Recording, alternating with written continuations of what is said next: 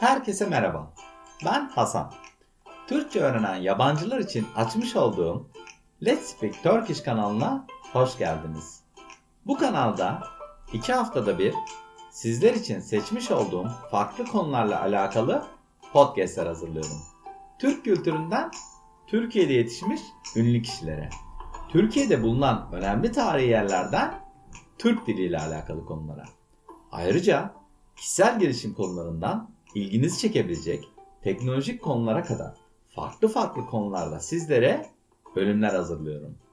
Amacım Türkçe olarak dinlediğiniz bir konuda anlama kapasitenizi arttırmak ve kelime dağarcığınızı zenginleştirmek.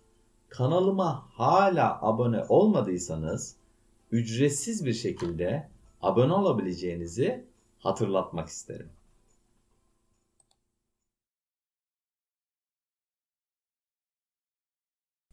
Bugün sizlere UNESCO tarafından Dünya Miras Listesi'ne alınan önemli bir turizm merkezi olan Pamukkale'yi anlatacağım.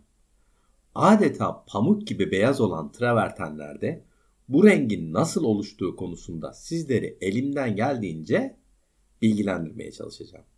Bölümün sonunda ise Pamukkale travertenlerinin hemen yakınında bulunan Hierapolis antik kent hakkında bilgilendirme yapacağım. Bu tarihi yapının içerisinde neler bulunduğunu ve neden Hristiyanlar için büyük öneme sahip olduğunu merak ediyorsanız bölümü sonuna kadar dinlemeyi unutmayın lütfen. Çok fazla vakit kaybetmeden hazırsanız başlayalım o halde. Pamukkale'nin temelini yüzyıllar boyunca kalsiyum karbonatın birikmesiyle oluşan beyaz traverten teraslar oluşturur. Bu teraslar termal suların yeryüzüne çıkması ve suyun buharlaşmasıyla oluşan minerallerin birikmesi sonucu meydana gelmiştir. Pamukkale'nin beyaz rengi bu minerallerin birikmesiyle oluşur ve teraslar adeta bir pamuk yığınına benzer. İşte bu nedenle Pamukkale ismini almıştır.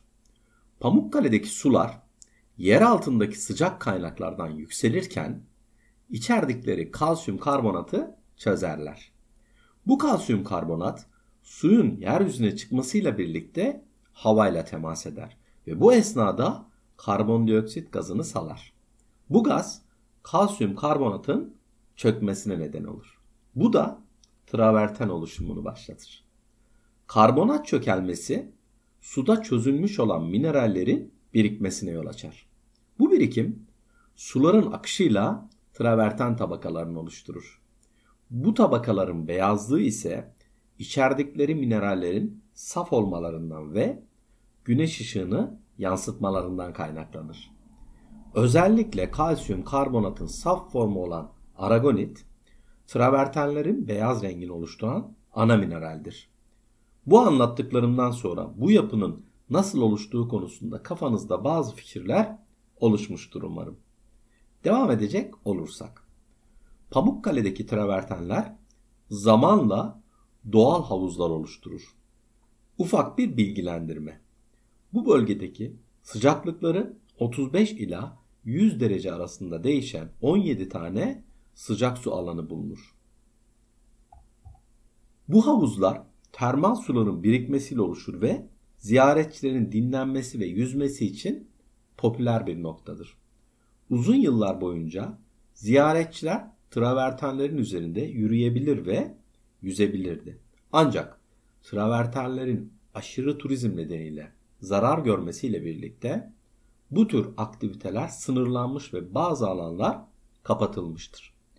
Bu önlemlerle birlikte travertenlerin doğal olarak yeniden oluşması ve korunması amaçlanmıştır. Bir araştırma yaptığımda dünya üzerinde Pamukkale travertenlerine benzeyen yapıların olduğunu gördüm.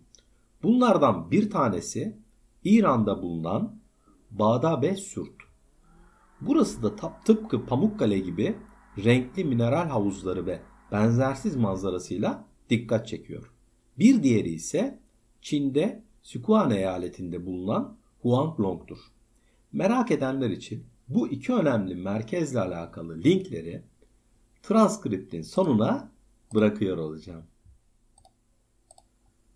Şimdi isterseniz Pamukkale'yi gezerken bilinmesi gereken önemli noktalar konusunda bazı bilgiler paylaşayım.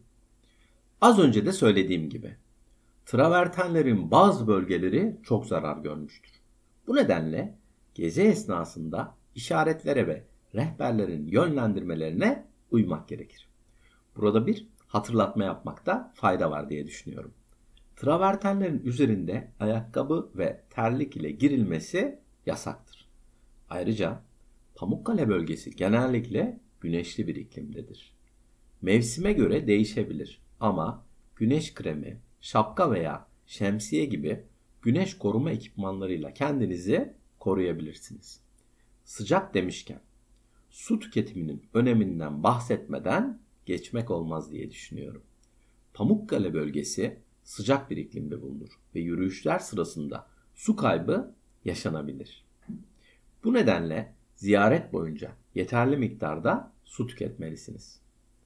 Bir önemli hatırlatma daha.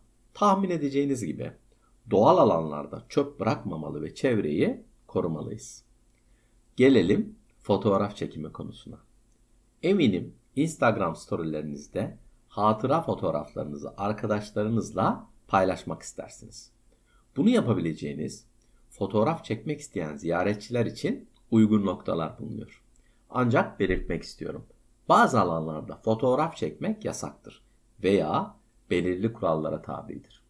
Bu durumda yerel işaretlere ve rehberlerin yönlendirmelerine dikkat etmelisiniz. Ayrıca önemli bir noktanın daha altını çizmek istiyorum. Travertenlerin üzerinde yürürken dikkatli olmanızı tavsiye ediyorum. Çünkü bazı bölgeler hem eğimli hem de kaygan olduğundan düşme riski mevcuttur. Zira ben gezimiz esnasında 2 kişinin düştüğüne bizzat şahit oldum. Hatta birisi için maalesef ambulans bile gelmişti.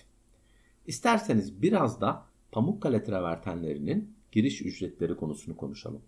Fiyatlar zaman zaman değişebilir. Bu yüzden güncel fiyatları doğrulamak için resmi web sitelerini veya güvenilir seyahat rehberlerini kontrol etmenizi tavsiye ediyorum. Ayrıca müze kartları gibi yerel veya ulusal turistik kartlar Pamukkale gibi turistik yerlerde indirimli veya ücretsiz giriş imkanı sağlar. Ama unutmamak lazım ki müze kartları sadece Türk vatandaşları için geçerlidir. Bu kartlar genellikle Türkiye'deki çeşitli müzeler, tarihi alanlar ve doğal güzellikler için geçerlidir. Yine de güncel bilgiyi edinmek için doğrudan ilgili kaynaklara başvurabilirsiniz. Bu konularla alakalı ilgili sitelerin adreslerini bölümün sonuna bırakıyor olacağım. Merak eden dinleyicilerin bu adreslerden ulaşabilirler. Son bir hatırlatmam daha olacak. Eğer Pamukkale'yi sakin bir şekilde çok kalabalık olmadan ziyaret edeyim istiyorsanız hafta içi sabah erken saatlerin en ideal saatler olduğunu söyleyebilirim. Son bölümde ise Hierapolis Antik Kenti hakkında konuşalım istiyorum. Hierapolis Antik Kenti konum olarak Pamukkale gibi Denizli ilinde bulunuyor. Tam olarak Pamukkale travertenlerinin kuzey girişinin arka tarafında bulunuyor. Aranızda bilenler olabilir ama bilmeyenler için belirtmiş olayım. Hierapolis eski Yunanca'da kutsal kent demek. Öncelikle kısaca tarihinden bahsedeyim isterseniz. Milattan önce 2. yüzyılda Selyukus İmparatorluğu döneminde kurulmuştur. Roma İmparatorluğu'nun bir parçası olarak varlığını sürdürmüştür. Bizans döneminde ise önemli bir yerleşim merkezi olmuştur. Hierapolis ünlü termal sularıyla bilinir. Bu termal sular şehrin bulunduğu bölgedeki doğal kaynaklardan gelir. Antik çağlardan beri insanlar bu suları sağlık ve tedavi amaçlı kullanmışlardır. Günümüzde ise turistlerin tercih ettiği popüler bir termal turizm bölgesidir. Hierapolis içerisinde birçok antik kalıntı bulunur. Bunlar arasında tiyatro, Roma hamamları, bazilikalar, tapınaklar ve mezarlık alanları bulunur. Ayrıca burası dini ve kültürel bir öneme sahiptir. Neden mi? Çünkü Hazreti İsa'nın 12 havarisinden birisi olan Aziz Filipos'un burada şehit edildiğine inanılır. Ayrıca mezarı da burada bulunur. Tabii bu kentin en önemli özelliklerinden bir tanesi de zamanında Kleopatra'nın içerisinde yüzdüğü kabul edilen antik havuzu barındırıyor olmasıdır. Yine eğlenceli ve ilginç bir bölümün daha sonuna geldik. Şimdi merak ediyorum, bu anlattıklarımdan sonra bir sonraki tatil planlarınız arasına Pamukkale ve Hierapolis'i eklediniz mi acaba? Daha önce Pamukkale'yi ve Hierapolis'i ziyaret edenleriniz olmuştur diye düşünüyorum. Efsaneye göre Kleopatra'nın bile girdiği o havuza girmek heyecan verici olsa gerek. Ne dersiniz? İşte tüm bu soruların cevapları ve kendi görüşleriniz için sizleri yorumlar kısmında bekliyorum. Ayrıca eğer kanalıma abone olursanız toplam 70 civarı birbirinden farklı konuda yapmış olduğum podcastleri dinleyebilirsiniz. Ayrıca bölümün sonunda transkripte ve önemli kelimelerin açıklamasına da ulaşabilirsiniz. Podcastlerin hemen hemen hepsinde Türkçe altyazı bulunduğunu da hatırlatmak isterim. Ayrıca Türkçe hariç toplam 6 dilde altyazıya ulaşabilirsiniz. Eğer kanalıma abone olma konusunda henüz karar veremediniz ve bir şekilde bana destek olmak istiyorsanız bu durumda bu bölüm beğendiyseniz bir like veya yorum bırakabilirsiniz. Sizin için en fazla yarım dakika sürecek olan bu süreç kanalımın daha fazla Türkçe öğrenen kişiye ulaşmasına yardım edecektir. Ayrıca yüzümde ufak bir tebessüme de neden olacağını hatırlatmak isterim. Şimdilik benden bu kadar. Kendinize iyi bakın ve sağlıkla kalın.